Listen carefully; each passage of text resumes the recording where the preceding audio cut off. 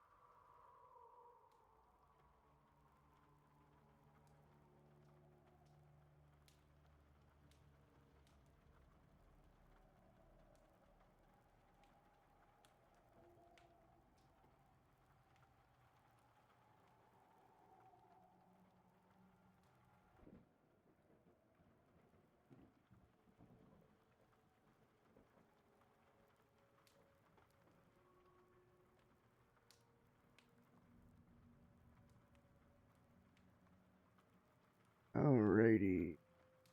We have Angel's Journey by yours truly. I've been in this business a long time. All manner of people from all walks of life have found their way to my table when their course has reached its end. Their bodies telling the secrets of their death long after their breath has expired. There is a certain pride that comes from revealing the secrets that death has tried to conceal. I never really cared how most had died, but sometimes a special case would come through my door, and on my table they'd yield their secrets to my scalpel. As I came into work that late night, I saw someone had wheeled a table bearing yet another body bag into my room, parking it against the far wall. With a clinical detachment, I unzipped the bag, using the lift on the ceiling to move the corpse from the wheel table to the necropsy table in the center of my room. Not until this was done did I stop and actually look down at the person lying before me. As my eyes fell on my subject, my hands froze in an unconscious act of putting on sterile latex gloves. She was so beautiful lying there on the table, her face relaxed and at peace. She might have almost been alive if not for the blue tinge to her skin and the coolness of her flesh. Her eyes were closed. My God, she was so lovely. It seemed a sacrilege for her to be lying here on a cold steel table in my morgue. Reluctant to pull back the sheet covering her body, I instead combed her reddish blonde hair, spreading the silken strands like a halo around her face. Finally, I pulled back the sheet, revealing her pale, smooth skin. Even in death, her breasts were high and proud. Her skin had nary a blemish, no sign of why she died. Her killer is much a mystery to me as her name. I deliberately avoid looking at the paper tag on her right big toe. She wants me to know her name, she will tell me. Taking up my scalpel, I hesitate just above her left shoulder, still reluctant to slice open her flesh, even though I can clearly see the purple discoloration on her back and shoulder, her blood settling at the lowest points of her body. Very little dark blood welled up around the scalpel as my blade bit deep into her cold flesh. I make 3 cuts in a Y pattern across her chest and down her abdomen or around her navel. Though I can hardly bear it, I know that I must continue. I can't rest without knowing how she died. Slowly I peel back her skin, anchoring the folds of purple scarlet flesh, and reveal her ribs beneath. I'm sorry, I apologize. I know this must hurt. I reach up to stroke her cheek to comfort her. It's so maddening to have to touch her with these latex gloves. Angrily, I rip them off, tossing them to the floor, a shuddering sigh escaping my lips as I touch her face. Really touch her with my naked fingers. I trace my fingers across her lips, then gently raise her lids. Her eyes, though glazed in death, still held much of their clear blue. You are so beautiful, I whisper in her ear. My cheek brushes hers as I move to look at her face once again. Should I? Would it be wrong? Will she mind? All these questions linger in my mind as my lips hover mere inches above hers. Tentatively, I steal a kiss, then quickly straighten, bracing myself to be slapped for my forwardness. How dare I be so presumptuous? But indeed, she was so beautiful, how could I not? I avoid her accusing stare as I cut through her ribs, feeling her pain as though it were my own. With a tug, I pull the front plate of her ribs and breastbone free, laying it to the side, eagerly looking to her heart. Pushing her lungs aside, I gently cradle her heart in my hand. I would never break your heart, I say. Sadly, she doesn't respond. How could she? She was undoubtedly still shocked by my stolen kiss. How could I explain to her that even though I had only just met her, already I felt a stirring in my heart such as I had never felt before? Truly, there is such a thing as love at first sight, even between the living and the dead. Delicately, I cut out her heart, severing the veins and arteries with meticulous care. I carefully placed the organ in a scale, making note of its weight. Part of her heart was clearly damaged. "Ah, my poor sweet," I said with a sad sigh. "You died of a broken heart." My scalpel revealed that a heart attack had claimed her life. Relieved that I would not need to defile her precious body further, I placed her heart back in its place inside her chest, deciding to forego the closer inspection that would require moving more of her organs, regardless of policy. I couldn't bear to dig deeper into her body to find out why a heart attack had claimed her life when she was clearly not yet 30 years of age. But there was one thing I did have to have. It was her eyes. Such a pretty blue, I could not resist taking one. Raising the lid of her left eye, I carefully, ever so carefully did I remove it, severing the optical nerve and placing the orb in a small jar for preservation. I carefully filled the empty socket with gauze, keeping the lid from sinking and ruining her beauty. Setting my prize aside, I returned my attention to her mutilated but still ever so lovely form, carefully refolded her ribs, her flesh across her torso, hiding the evidence of my intrusion behind her ribs. I hesitate before threading the needle with the wax thread that will hold her lovely flesh together until time inevitably decays my beautiful creature. With a sorrowful sigh, I begin to stitch, more carefully than ever I had stitched a corpse before. Laboriously I worked, keeping the stitches small, petite, like her frame. My eyes shall be the last to see her like this, and I want to keep that memory pure, like my newfound love for her. No one has ever seen her inside like I have, seen her heart, broken but still lovely. With the final stitch, I cut the thread, laying the needle carefully aside.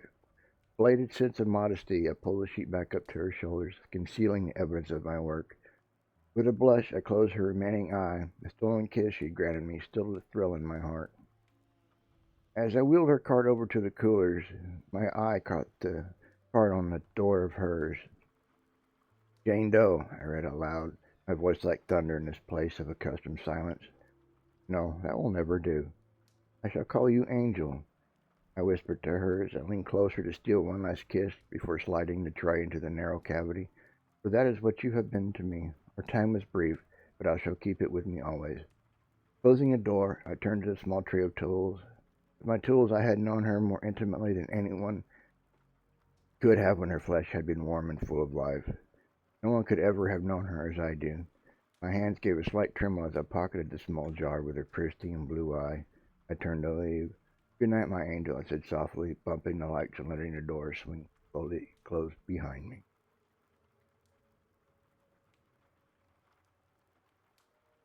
And I can't help but wonder what my life would have been like had I not bought that hearse. I confess that I have something of a Gothic spirit, and thus found the idea of owning a hearse to be really quite appealing. As far as I was concerned, every man had a right to have his dream car, and this was mine. She was older, her black paint marred by oxidization and a few rust patches, and her windows were lined with pale blue curtains that frankly I could barely stand to look at. Despite these flaws, I really wanted that car, and vowed to myself that I would have her keys. I was dismayed to find that the asking price of $3 grand was well beyond my budget, to say the least. However, this is America, and there is money to be had by the desperate and irresponsible from those who are generous and gullible. I was desperate, and the bank was generous, and within a week I was driving my brand new 20-year-old hearse. Even one as morbid of mind as myself, I still have to admit that I felt somewhat creeped out while driving the thing, especially at night, although people Seem to be more superstitious at night is beyond both my knowledge and desire to care.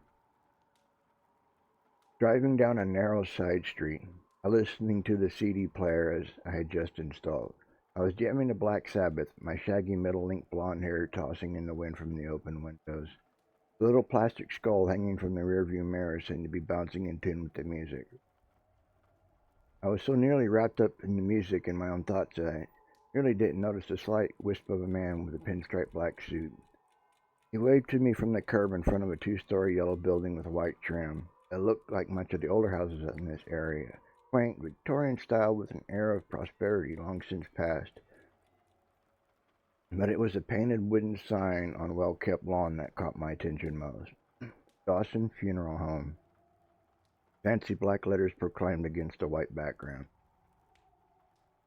Pulling up to the curb, the small man rushed to my passenger side window, a scowl on his middle-aged face. "You're late," he said, frowning at the interior of my hearse. His gaze lingered on the spiked wristbands I wore, and a small upside-down cross hanging from my left ear. I began, not sure what to say. "I think you have the wrong hearse, dude."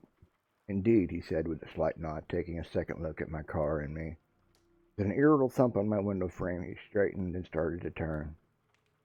Before I could shift the car from park, he turned back to me again. "How'd you like to make, $300? My first impulse was to jump at the chance for some extra money. The hearse needed some work under the hood, and one of her tires had a slow leak. "What do you need?" I asked with considerable hesitation. "Just a delivery of sorts," he said, looking pointedly at the back area of the hearse. "Oh, I said, finally catching on. "No thanks, dude. I don't haul dead people on my car." "It's not far, and I'm sure a kid like you could really use the money," he urged. "Well, that's true," I reluctantly agreed. "Excellent," he said with a smile. "The loading bay is just around the side. Be careful, it's a bit narrow." He turned and headed back inside before I could say anything further. "Fuck it," I sighed, throwing my car in reverse and easing backward down the narrow drive to the loading bay. "I do need the damn money." Someone I couldn't see open the back door. A moment later, a simple metal coffin slid roughly into my hearse, the rollers on the floor squealing in protest from years of neglect. The coffin slid nearly to the back of my seat before coming to a stop. The man from the curb came round to my side of the car, an envelope and a piece of paper in his hand. "Your destination," he said, handing me the page, "and your money." He handed me the envelope with a quick gesture, as though he didn't want anyone to see what he was doing. "When you get there, someone will meet you to take the coffin. That's all there is to it," he said, and dismissed me with a wave. Obediently, I pulled into the street, making the right turn and driving for 3 blocks before pulling into a gas station to fuel up and look at the address the suit had given me. A quick glance told me that my destination was less than 2 miles away. Not bad for $300, I smiled to myself. As I pumped the gas, I looked down at the page again, looking to see who I was dealing with. "Angel, last name unknown," I read aloud. "Last name unknown. How fucked up is that?" I said, peering at the casket through the back window. "Probably a crackhead found dead in an alley somewhere." I kept an eye on my charge as I went inside to pay and get a soda. Twisting off the top, I made quick steps back to the hearse and in moments headed to the cemetery 2 miles up the road. Somewhere inside, a morbid sense of curiosity welled up inside. What did the corpse in my car look like? What did Angel look like? Was she all painted up like a dead whore, or would she be decomposed and rotten? If she was a crackhead, there was no telling how long she'd been dead before anyone had found her. I drove another 2 blocks before pulling into another gas station. My hands were shaking as I took the disposable camera up to the cashier. Couldn't believe what I was thinking of doing. Before I could change my mind, I tossed the money on the counter, not bothering to wait for my change or a receipt. Instead of heading to the cemetery, I made a detour to the house I share with 2 classmates, who thankfully would be in class right now. I could make a lot more money selling Angel's pictures on eBay. The single-car garage was attached to the house by a door leading to the kitchen. Closing the big door with a clang, I opened the smaller door of the house. "Kevin, Craig, you bitches home?" Pleased with the lack of reply, I closed the door and turned back to my car. I found a few folded-up sawhorses behind some boxes against the back wall of the garage and set up two of them behind the car. The the casket was heavier than I thought it would be, but the rollers helped me get it on the end of the first sawhorse. Damn, I said with a grunt. I think all the Twinkies are what killed you, bitch. I really had an image of a fat old man in my mind, fat old woman in my mind, floated in gray with death. Finally got the metal box balanced across both sawhorses. Before opening the lid, I went back inside for a drink, then sat staring at the coffin in silence. Slowly downing the Coke, I tried to build up the courage to look inside. Quit sitting on your ass and open that fucking lid. The long exhale, I put down the soda and stepped towards the coffin. A sense of nausea formed in the pit of my stomach, and both my hands were sweating as I reached for the latches. Before I could even turn the first latch, my stomach lurched, forcing me to retreat before I blew chunks on the smooth metal. Beads of sweat ran down my face, glistening in the light from the single bulb overhead as I made a second approach. This time I held my shit together long enough to release most of the latches. My hands were shaking as I popped the last latch and moved to stand by the casket lid, bracing myself as all manner of gruesome thoughts filled my head. Oh well, I thought, getting a grip on the lid. Sleep is overrated anyway. The lid opened easily, so I almost knocked the casket over from the strength I put into raising it. I closed my eyes and turned away before I could see who was inside. It was several moments before I could obey the inner command, and even then I only obeyed because every zombie movie I'd ever seen flashed behind my eyelids. My eyes opened slowly, and only after I was sure that the corpse was still a corpse and not a zombie looking to take a bite out of my ass opened them all the way. I was several feet away from the coffin, and from this angle, all I could see was the white cloth lining, the tip of a nose, and the rise of fingers folded across the chest. Forced down a lump in my throat as I took a step forward, and suddenly wishing that I wasn't alone in this. I reached behind me, fumbling for the disposable camera on the workbench before it was out of reach. Sweat made my hands so slick I nearly dropped the thing. Once I peered over the rim of the casket, everything I'd been afraid of, everything I'd afraid I'd see, vanished in an instant. So I couldn't remember what I'd been expecting to see anymore. I knew what I was seeing wasn't it. She looked to be more asleep than dead. Reddish blonde hair framed a face that was peaceful and young, about my own age. Though her skin was gray with the pallor of death, she was still attractive. The funeral home had dressed her in a plain white dress. The cuts and stitches from the autopsy were just peeking out near the shoulders of the dress. I just couldn't get over how young she was. She could have been in one of my classes. Hello, Angel, I said, remembering the name on the paperwork. I could almost imagine touching her skin. What would it feel like? Would she be cold as ice? They did keep them in freezers, after all. Then, before I could stop myself, I reached out a trembling hand toward her lifeless fingers. Though smooth, her hand was indeed cold, but not frozen. The color of life in my own hand made her deathly pallor even more obvious. If I were truly disturbed, I let the sentence trail off as my gaze lingered on her breast under the dress. My eyes traveled down to the swell of her hips, the dress relaxed between her thighs, giving the outline of her legs from hip to ankle. It was a very nice outline for a corpse. I was finally overcoming my gut-wrenching fear of dead bodies, and my hands weren't trembling as I raised the camera. A lot of sick people, I said, looking down at her through the viewhole of the camera. Smile, honey. After a few pictures, my inhibitions began to loosen up, and I found myself thinking of other kinds of shots that might sell. Though stiff with cold, her fingers untwined and laid her arms at her sides.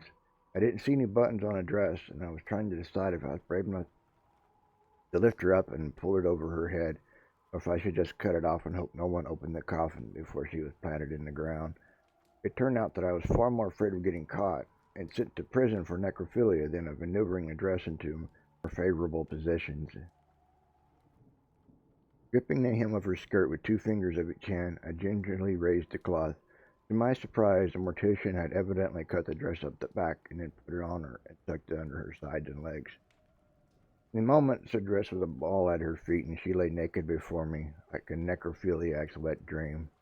The gray of her skin made the hair of her head and the patch between her thighs seem all the more vibrant. The Y cut down her torso had been carefully stitched closed, the stitches small and close together. It was a garish thing, and I snapped several photos of it from various angles. Even this long dead, it was clear that in life she had been truly beautiful. Yep, a lot of weirdos out there. The flash went off a few more times as I added pictures of her legs, hips, and breasts to the rolls of film. I even added a few of my fingers teasing her death-colored nipples, but that was as far as I was willing to go. Total necrophilia was just too bizarre even for me. I finished the roll and then sat down with a sigh. I still had to dress her, but that could wait. There was a joint in the ashtray of the hearse, and right now I really needed it. A few moments later, with a nice buzz, I redressed Angel and wrangled the casket back into the hearse. Saying her name in my mind was much easier after the afternoon was scared. Angel.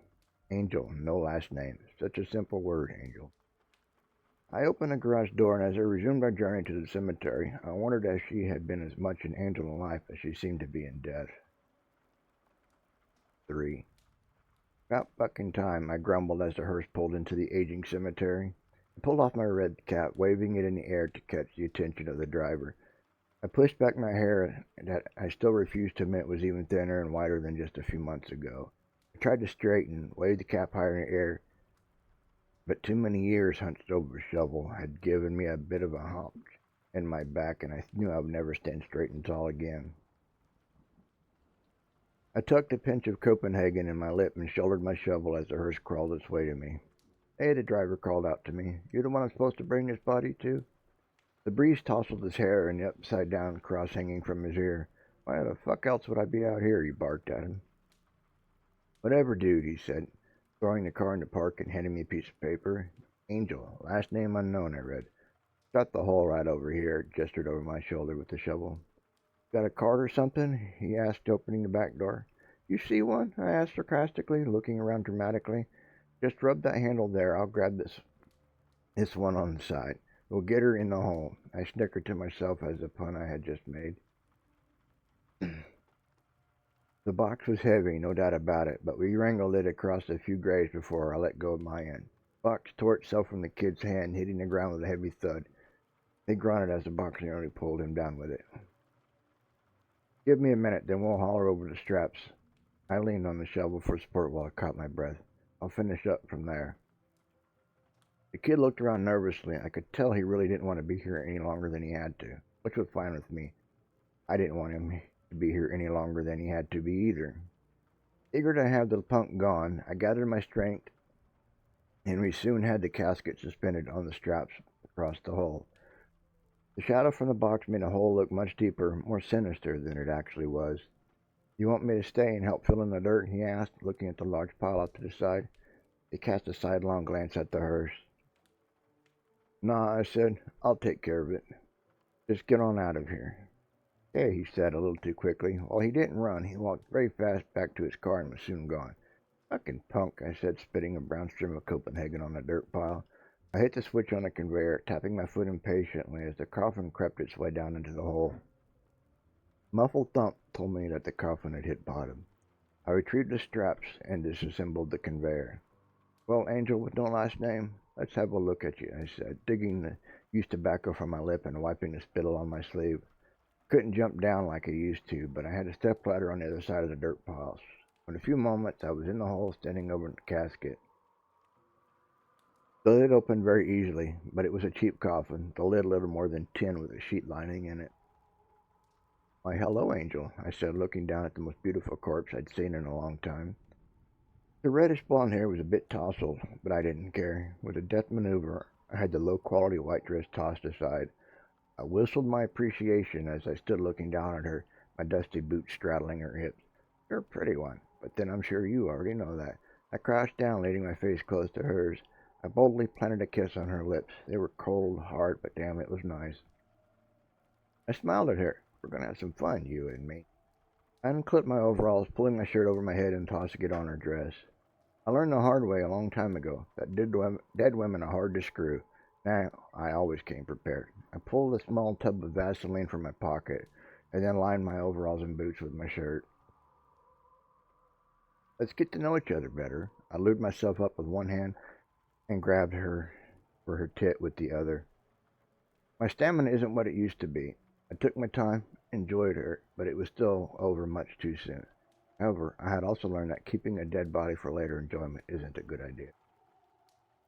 You need a cigarette? I asked her as I pulled on my boots. My heart was pounding much too hard, another bleak reminder that my years were just creeping up on me. Actually, time was actually coming at me in leaps and bounds. I took one last look at her, laying in her metal box, her legs splayed and arms at odd angles, before slamming down the lid on her. I climbed out of the hole, picking up my shovel and the stepladder. I wanted a beer before I filled the hole. I took one last look at the hole before heading toward the caretaker's shed. Much better when I don't have to dig 'em up first. And that's the end of the first one. I need a moment.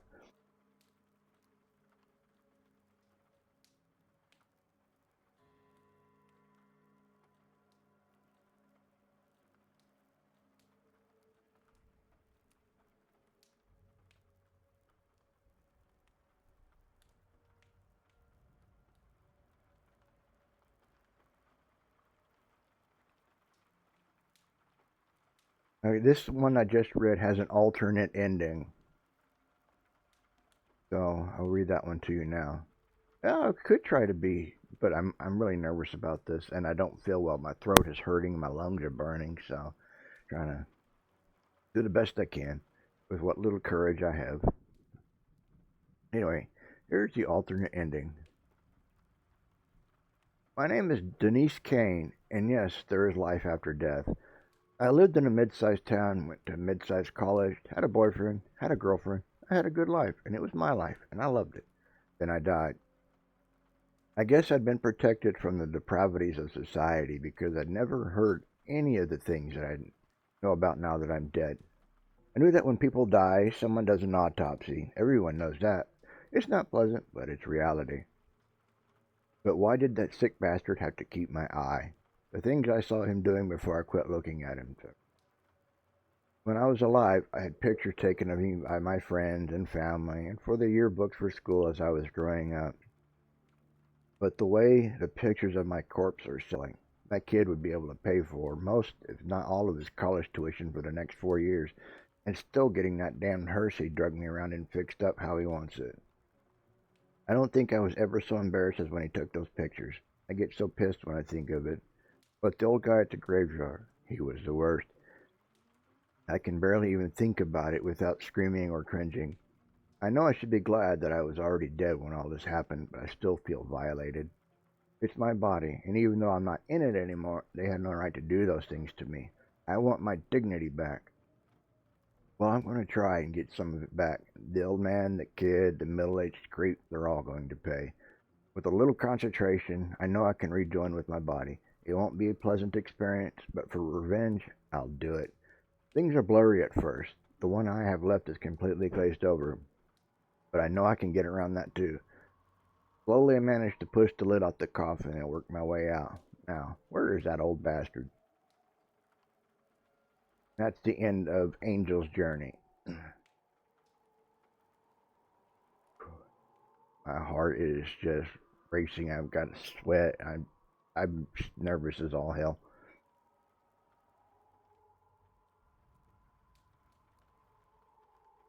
Alright. We have room 3B. If you got through the first one, you can get through this one.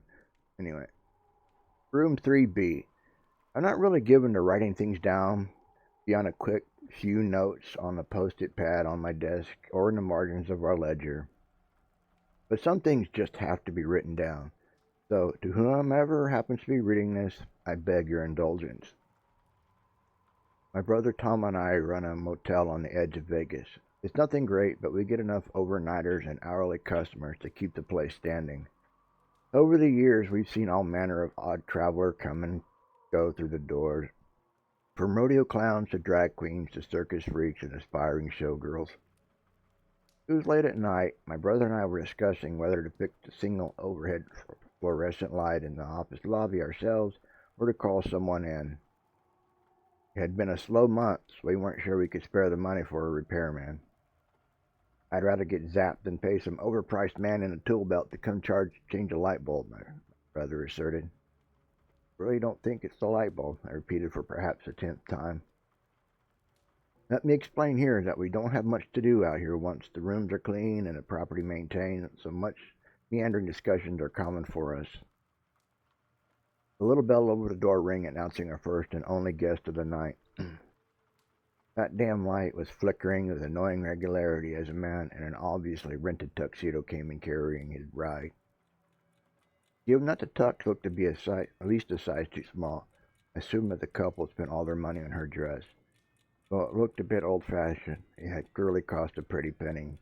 Her veil was down, so we couldn't see her face, but the way her groom held her close, it was clear he thought her a treasure worth protecting. We don't have honeymoon suites, Tom announced as a man sat in one of the worn chairs near the door. But I'm sure we can find you something nice, I quickly added, casting a scowl at my brother as I pushed my spectacles up on my nose. Instinctually, Tom pushed his up as well. While our personalities weren't identical, our appearance was. Born twins, we had never really been far from each other in nearly 40 years of our lives. Even our clothes were very similar, yet different enough to let our personalities come through. We delighted in being twins, but still enjoy expressing our own sense of self. But I digress. The man sat quietly, continuing to hug his bride close, as though afraid she'd fall if he but loosened his grip a little. You do want a room, yes? I asked. Yes, please, said the man, his eyes never leaving his veiled bride. He reached into his jacket pocket, pulling out a cigarette and putting it in his mouth. As he reached into his jacket again to fetch his lighter, a cigarette fell from his mouth, rolling across his bride's dress and hitting the floor. He reflexively reached down for it, grasping around, trying to find it while keeping hold of his still silent bride. Oh, here we go, he smiled as his fingers found his slim white cigarette. His bride's left hand fell from her chest, as though trying to help her husband retrieve his smoke. Her fingers were long and very slender, knuckles more pronounced than normal, the skin dark. The sputtering fluorescent light refused to let me see more detail. I regret that it haunts me even as I write this. He quickly replaced her hand next to his chest, tucking her elbow against his side, securing her in his embrace once again before lighting his smoke.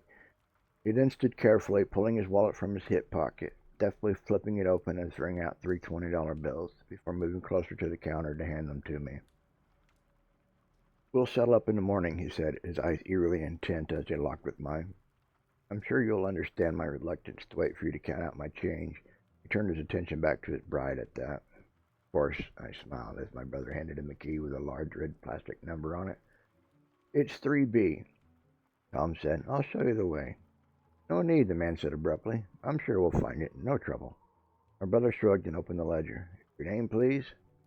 Smith, he quickly replied. Of course it is, my brother smiled, arching an eyebrow at me. If there's nothing else, we'll just get to our room then, he said, and headed for the door without waiting to learn if there was indeed anything else we might need from him. Charming fellow, Tom muttered as the door closed behind the man and his bride. Indeed, I agreed, closing the ledger with a snap. I put Mr. Smith out of my mind for the next hour or so I thought. Apparently my subconscious wasn't so eager to regard him as just another paying-for-kid guest. Something kept poking at the back of my mind, but I couldn't put my finger on what it could be. Well, I'm going to check the ice machines, Tom announced. It was part of his nightly routine, regardless of how many rooms we had filled. I nodded with a quick glance at the clock. It was after midnight, and I was well past ready for sleep. But instead of tucking in for the night, I decided to work on balancing our finances. I really wanted to get an electrician out here. I don't know how long I was out, but I woke to Tom frantically poking me in the shoulder. What? I groused with a grimace as I straightened my aching spine. Ah, shit, there was a large wet spot on the ledger where I had drooled in my sleep, and the ink was blurred at least 3 pages deep. Forget that, Tom said, taking a seat across from me. His face was alert in a way I had not seen in a long time. What is it? I repeated as I massaged my lower back with one hand while using a towel to wipe the drool from my face. Remember I guessed? Which one? I asked sarcastically and was worded with a scowl. The only one, he snapped. What about him? You haven't been peeping, have you? Just because your name is Tom, I grinned. And what the hell's that smell? Another scowl. No, I haven't been peeping in fucking windows, he snapped. Then what the hell is it? My patience was fading quickly. I looked around but couldn't figure out what the smell was. I was out checking the ice machines and happened to be looking down over the balcony at the parking lot. I saw his trunk wasn't lashed. There was something sticking out of it. He stopped and just looked at me expectantly, clearly expecting me to ask the obvious. What was it? I obliged. A shovel handle, he said softly with a quick glance at the door. Ooh, I said, jumping my eyebrows. How menacing. Don't be an ass, he grouched. It just seemed odd is all. Who would seriously spend their honeymoon at this dump? The light buzzed and flickered again, emphasizing his point. I adjusted my brown pullover sweater self-consciously. It's not that bad. I just need some work is all. Tom snorted derisively but said nothing. Just as I returned my attention to the ledger and its drying drool spot, he spoke again. I'm telling you, Jim, something just ain't right about that guy. I closed the ledger with an irritated snap. Fine, Tom. What would you have us do? Hello, police. We have a guest with a shovel. Would you send SWAT? Just go look. See for yourself, he crossed his arms stubbornly. Fine, fine, fine. I could tell he wasn't going to let it go, no matter how ridiculous it was. I gestured him to lead the way and quickly grabbed a flashlight from behind the counter before following him out into the darkness. I flipped the switch, the light beam cutting a path through the night ahead. With a shocked grasp, Tom snatched my lead away, fumbling for the switch. He might see us. So, I grouched, it's our motel. We can walk around naked if we want. Slightly chagrined, Tom grumbled, it's this way. Our guest had elected to park his car around the building in the farthest space available. Long way to carry your bride, I observed. Tom's paranoia was starting to get to me. I could feel eyes on me from every direction, watching us from the darkness. Looking down the familiar row of doors on this side of the building, the window of our only guest's room shone eerily, a muted orange glow in an otherwise dark world.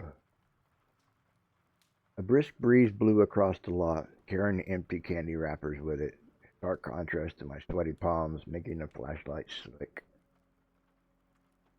I can't believe you drugged me out here, he grumbled as we approached the solitary car. Sure enough, there was a wooden handle protruding from the trunk, lashed down with rubber straps. The car was small, old, with dust and dirt clinging to the rust-pitted body. Casting a furtive glance at the square of light, I crouched down and shone the flashlight through the narrow gap held by the shovel handle. Inside there were smaller shovels, a heavy pick, the handle barely short enough to fit, mud-caked rubber boots, equally muddy denim overalls, and heavy leather gloves. Very peculiar for a honeymoon, I thought as my skin crawled. It's a damned wind, and Tom being so damn suspicious, I told myself. I knew the lie for what it was as soon as the thought formed in my mind. Killing the light and motioned Tom to follow me to move quietly as the cracked pebble asphalt would allow. Cops, Tom said quietly, licking his lip nervously. We need more than a honeymooner with a shovel, I said irritably. Truth, I had no idea if the police would come or not. I was gripped with a morbid curiosity. I had to know. As we drew closer, we could hear laughter and conversation, but couldn't make out the words. Whether fate or luck, I still do not care to speculate. There was a small gap in the curtains, just wide enough for Tom and I to peer with one eye. Our heads pressed together uncomfortably, but was soon forgotten as our eyes absorbed the spectacle within. Our rooms were of a standard motel size, one entry with a queen bed to the right of the door, facing a television, low dresser to the left. Straight across from the door was a bathroom and a small closet. The decor had not been updated since the motel opened in the 70s, so there was a lot of orange and brown. I always hated the look, but we never could seem to raise the money to change it. To the right of the door was a small table with two chairs just between the dresser of the room's two windows, and the bed with its coverlet of large faded flowers in oranges and yellows. Tom and I were crouched at the smaller window to the left of the motel door.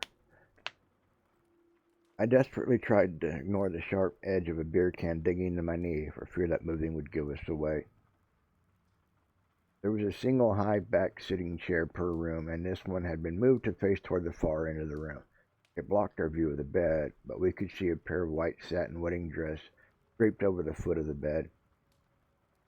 His bride must be relaxing, watching television while he was in the bathroom. There's a place in hell for perverts like us, Tom whispered. Shut up, I hissed quietly. This was your idea.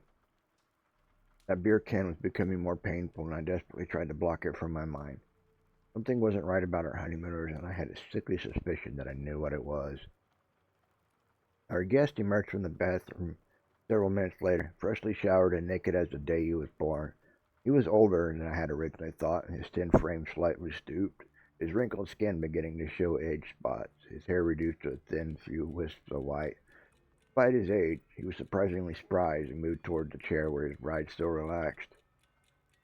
Recalling the shape of her hand in the lobby, I guess she must be nearly his equal in age. The thought of spying on geriatric sex made me queasy, but despite the beer can that must surely be now drawing blood, I didn't move. I had to know if my suspicions were correct. Unable to take the pain any longer, I shifted my weight, the can scraping against the concrete, a sound I was sure could be heard for miles, carried on the breeze. Tom glared at me before we both peeked through the curtain once more, our eyes wide with fear. Our guest, however, had eyes only for his bride. Had he but once glanced to the window, he surely would have seen her eyes staring back at him full of nervous anticipation.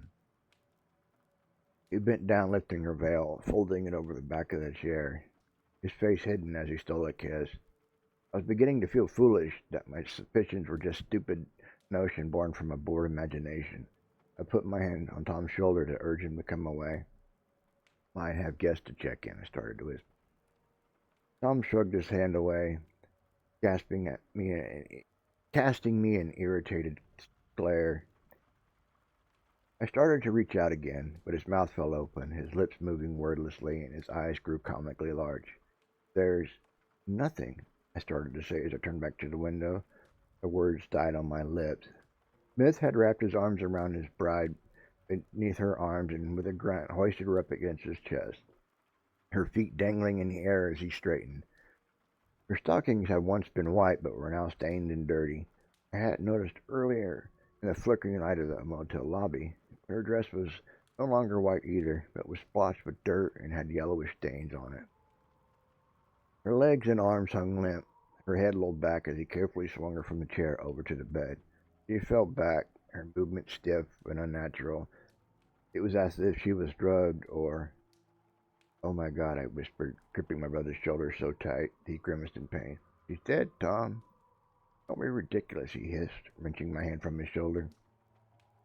Think about it, I said, trying to keep my voice under control. The shovels and picks in the truck.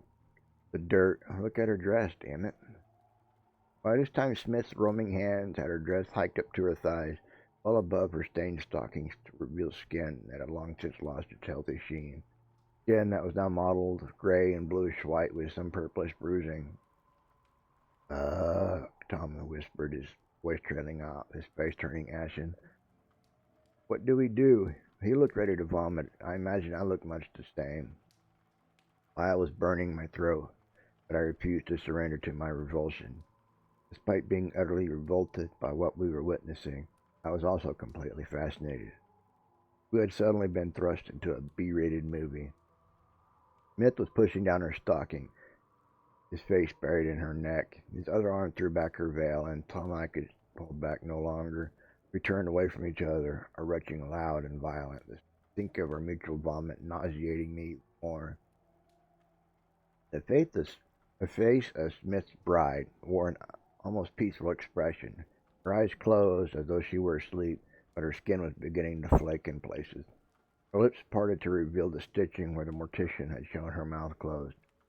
Smith moved to kiss his mouth, his tongue flicking across the decaying purple lips the mortician had painted a pale red.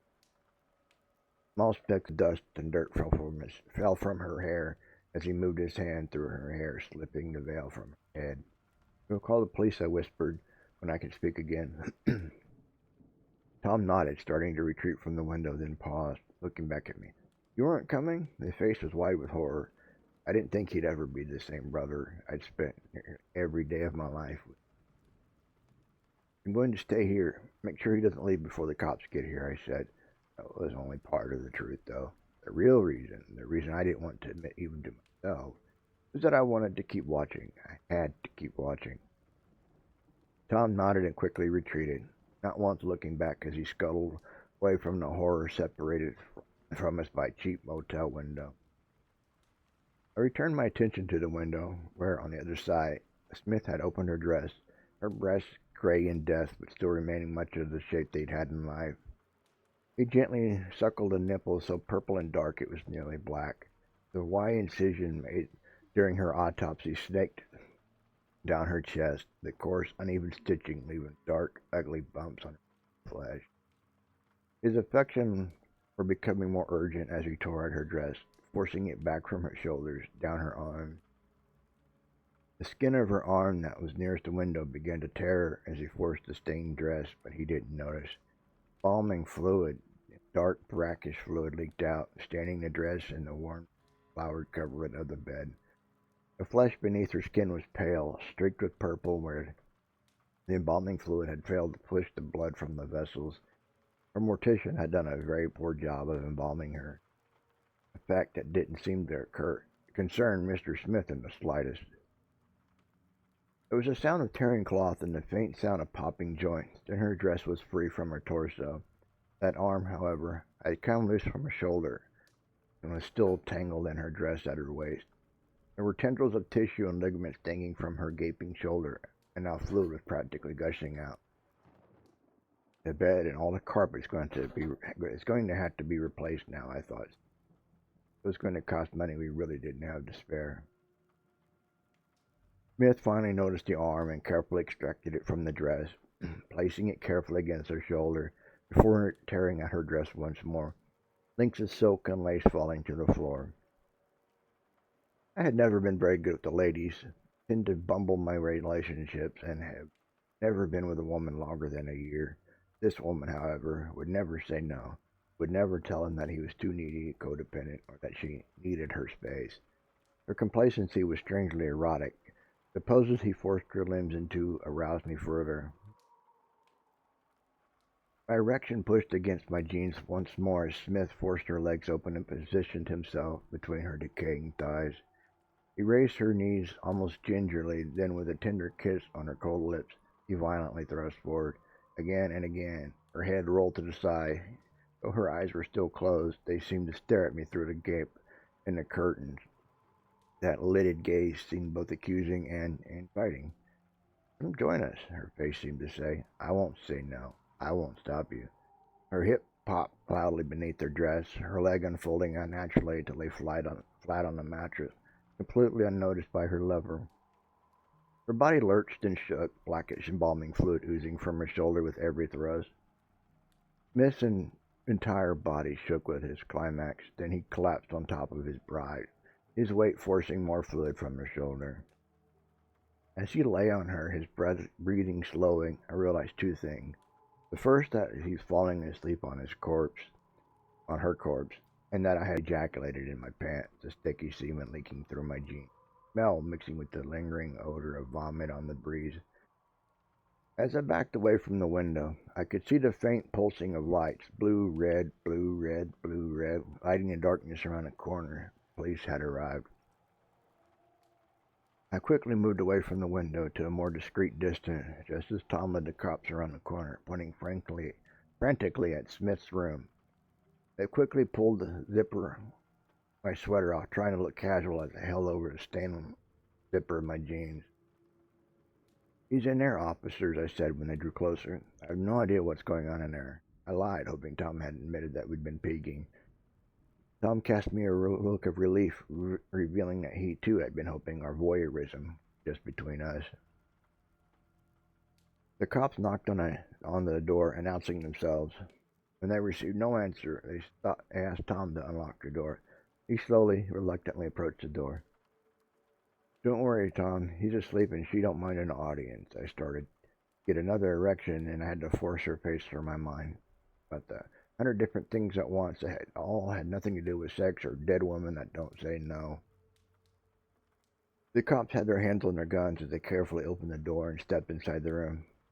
They retreated a mere second later, their vomit pooling with Tom and mine on the cold concrete.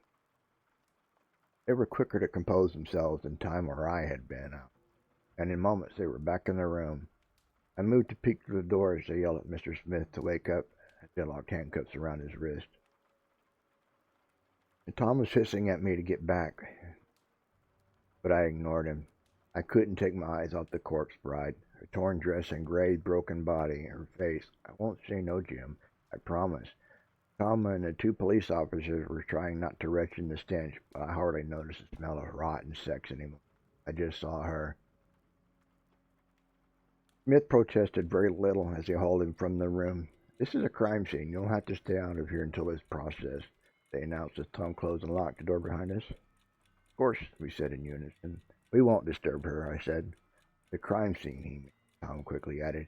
He gave me an odd glance before he followed the police to the front of the motel.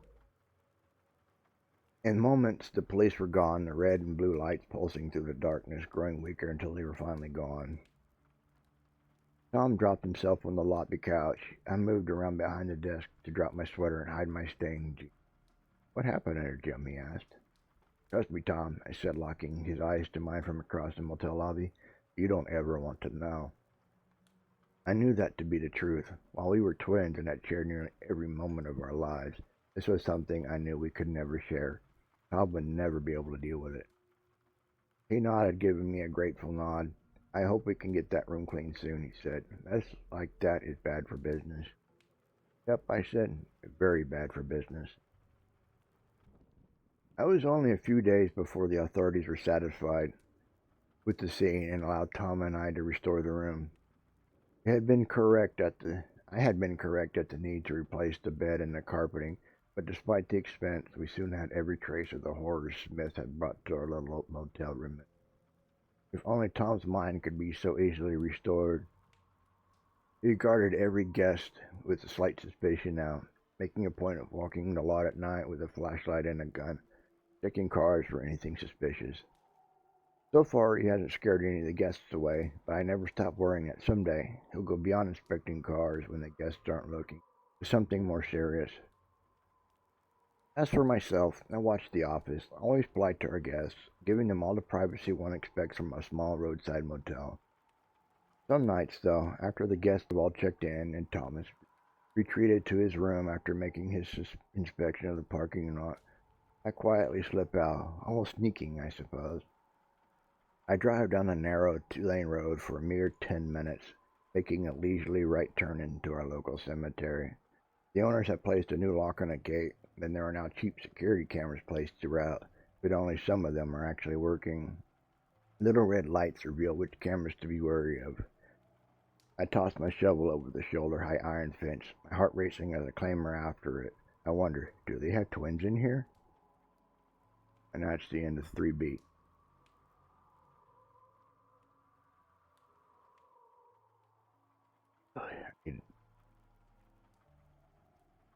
Just a minute.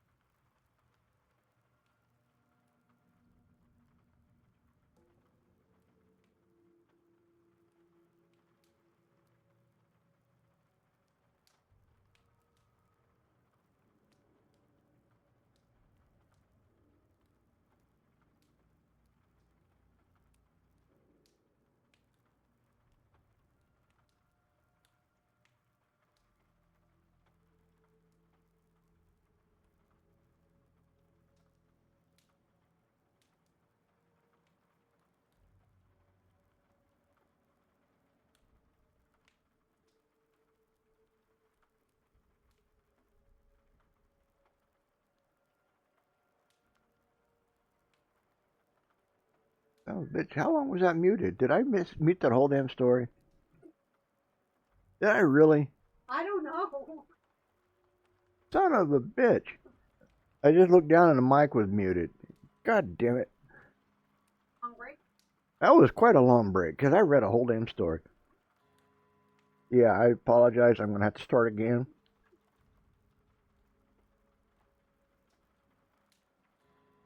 Yeah, at least you enjoyed the background, I hope.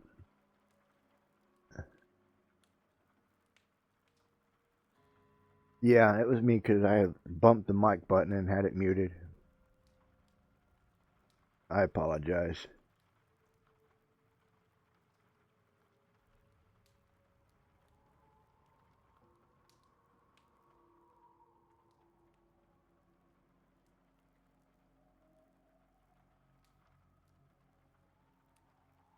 Try to open it again.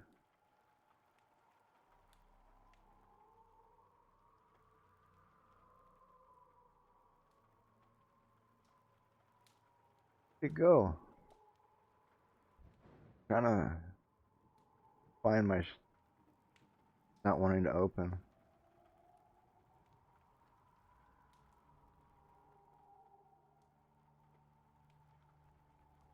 Yeah, it's throwing me errors.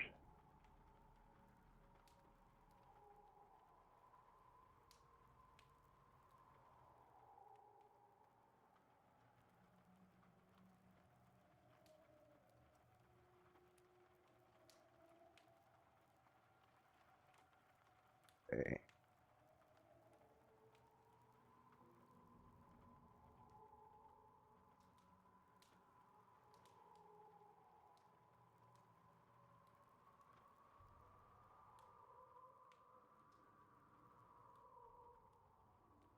Alright, can you hear me? Am I broadcasting? Good lord. I read that whole damn thing. And not a word. Anyway.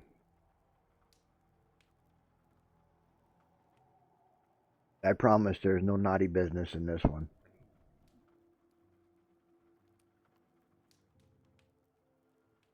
This is actually a dream that I did have. So, here we go. I hate writer's block. Every good idea is promptly met with a wall of nothingness. A wall, and yet a void of vast, depressing emptiness that consumes inspiration as quickly as it's born. This word processor haunts me, taunts me, as blank pages as cruel as the void of lost ideas. Even now, writing these few sentences, I can feel that wall looming over me, that void pulling on the edges of my mind like an evil vacuum, sucking the inspiration from my soul like marrow from a bone. There is an urgent need for haste to write this down while I can. I apologize for the brevity, but as with all dreams, it's fading, even as I struggle to hold on to it for long enough to write it down. So without any further digression, here is my retelling of the remnants of last night's dream. The fluorescent lights flicker, their white and pale blue light overhead as I push the mop bucket down the wide, white corridor. I should be using the buffing machine as I do on the other floors, but down here in the corridors of the morgue, I much prefer the silence of the broom and the mop. My MP3 player is off, the earbuds hanging around my neck like a doctor's stethoscope. This place makes my skin crawl, but it's a paycheck and I need the money. The corridor is long, with double doors at the far end separating me from them, the dearly and the not so dearly departed, laid out on gurneys and tucked in the drawers. I'm not a kid. I don't scare easily. I've worked here for a few months now, and in all that time I've never heard or seen anything supernatural. But that room still gives me the creeps. Every swipe of the mop on the white linoleum brings me closer to those doors, closer to them. I mop slowly. I'm in no hurry. I've got all night to get this done. No rush at all. Last, my journey down the corridor is complete. The floor is clean, nearly dry. I push the bucket ahead of me with the mop handle, pushing doors open, paranoia welling up inside like heartburn after too many chili dogs.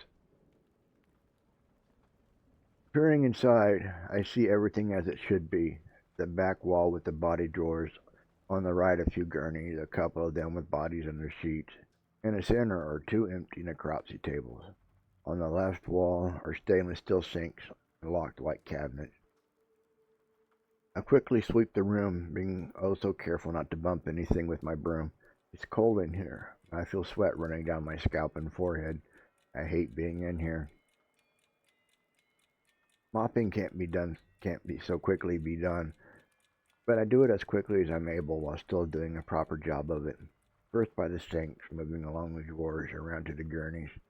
Distantly I hear the elevator chime and voices in the corridor. I give an unconscious sigh of relief. I'm not alone down here.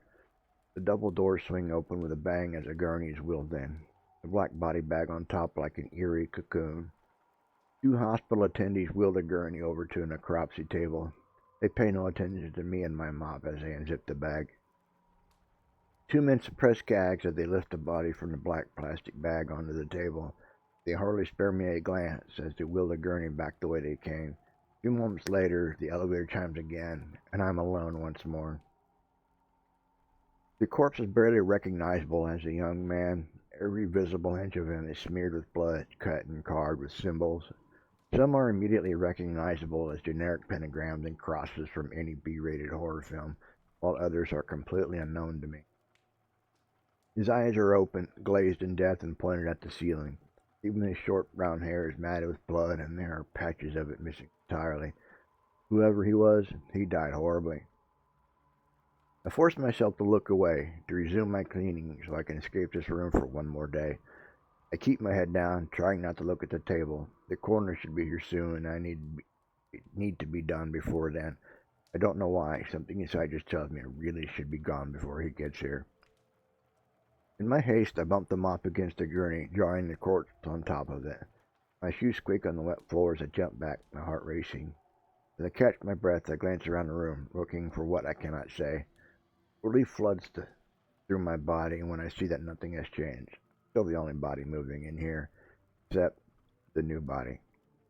I must have jarred the table at some point, because now the head is turned in my direction, the glazed eyes seeming to look right at me.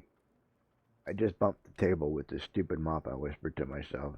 I knew it wasn't true, but I still forced myself to believe it. It was the only logical explanation I could come up with. Where is that damn coroner? The mop handle was slick with sweat from my palms as I dropped it back into the bucket. I gotta get out of here. I hurriedly pushed the bucket towards the double doors, my shoes squeaking on the wet floor as I dodged the last gurney between me and freedom.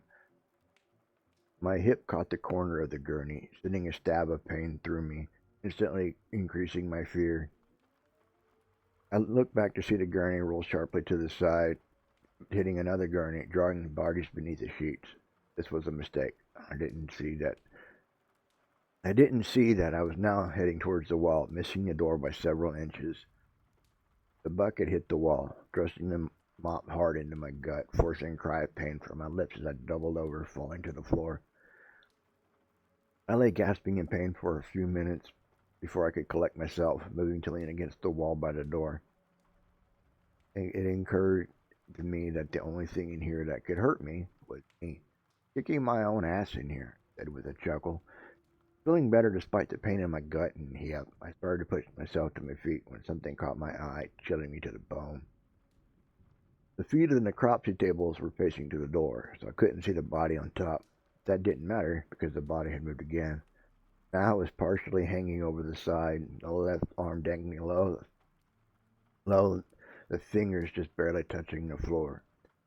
His head was hanging upside down, but unmistakably turned in my direction, the eyes once more staring at me. His mouth was open, the teeth coated in dark blood, drying in the chill air. I panicked, my feet scrabbling for perches on the linoleum. My hands were sweating again, and I couldn't get any leverage on the wall to push myself up. My heart was hammering in my chest, the blood pounding in my ears nearly blocked the sound, low, guttural wheezing coming from the corpse's open mouth. My mind raced, trying to find some rational explanation for what was happening, but it was no use. My rational brain was jello in the base of my skull, leaving only animal panic and instinct and absolute need to escape. Burning sweat rolled into my eyes, adding to my desperation.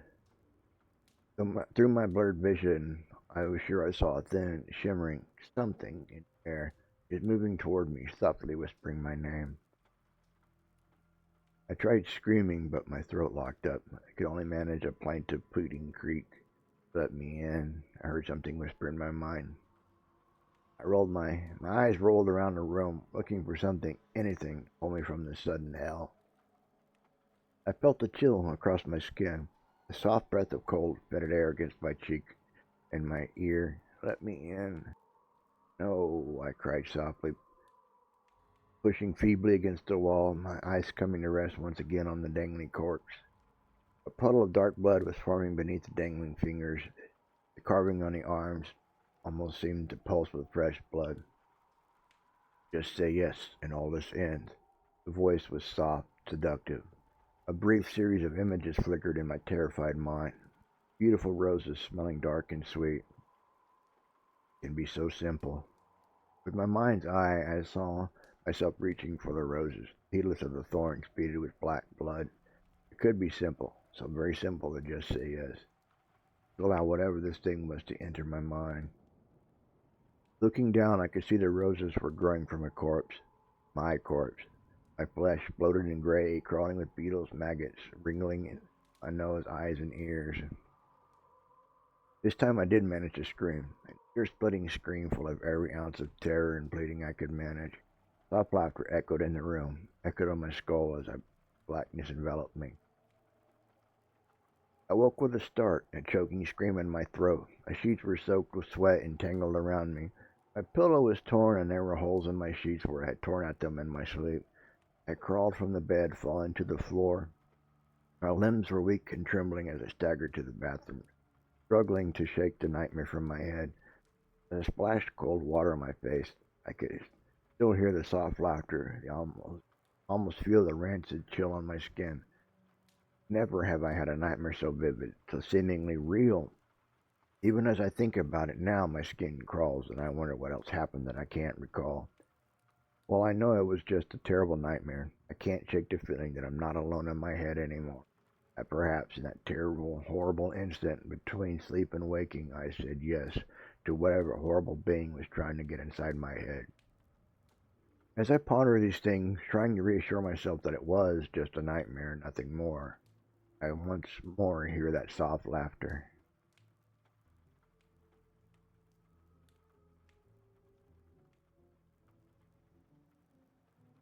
And that's the end of that one. There. And this time the mic was on.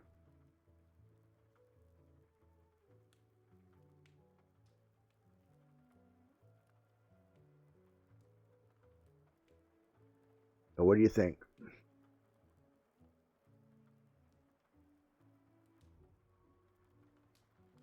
Do I have a career as a wordsmith?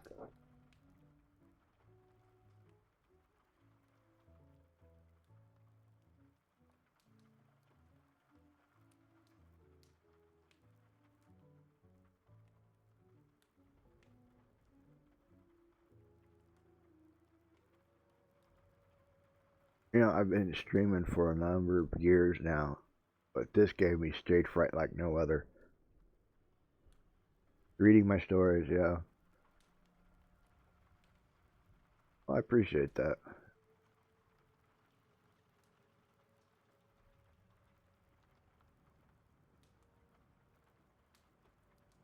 One thing to write it and to throw it out there for some random person to read and never knowing what they might think about it, but to actually have people I know and like actually listen to it or read it for themselves is a whole different thing.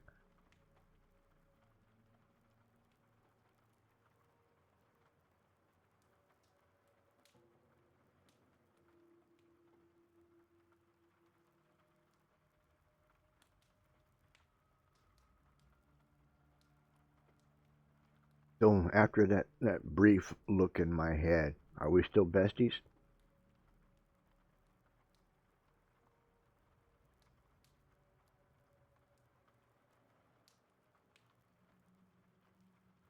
I really do love your back. Oh, thank you. Oh, how did your Halloween trick or treating go?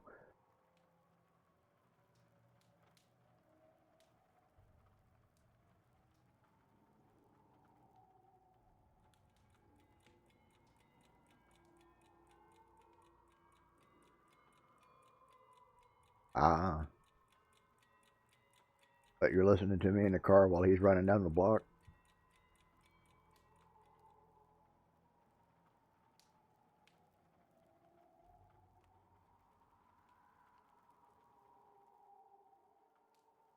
Well, I appreciate you taking the time to sit in for that. I really do.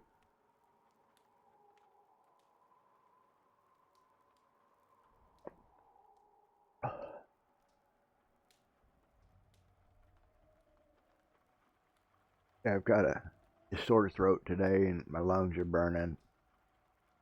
I'm skirting around a fever, but I I had zero trick or treaters, but I really wanted to get this reading done while I had something of a nerve to do it. I can't multitask. I used to be able to, then I got old. Now staying on one task is more than enough for me.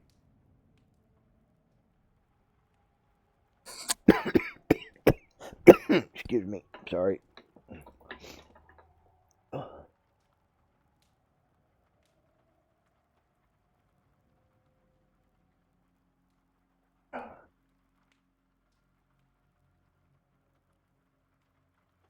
Anyway, I hope you enjoyed your spooky stories.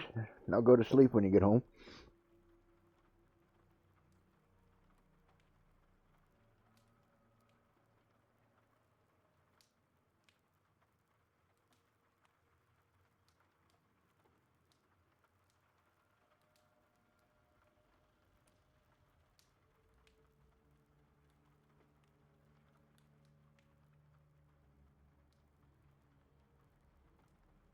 You too, my friend. Be safe out there.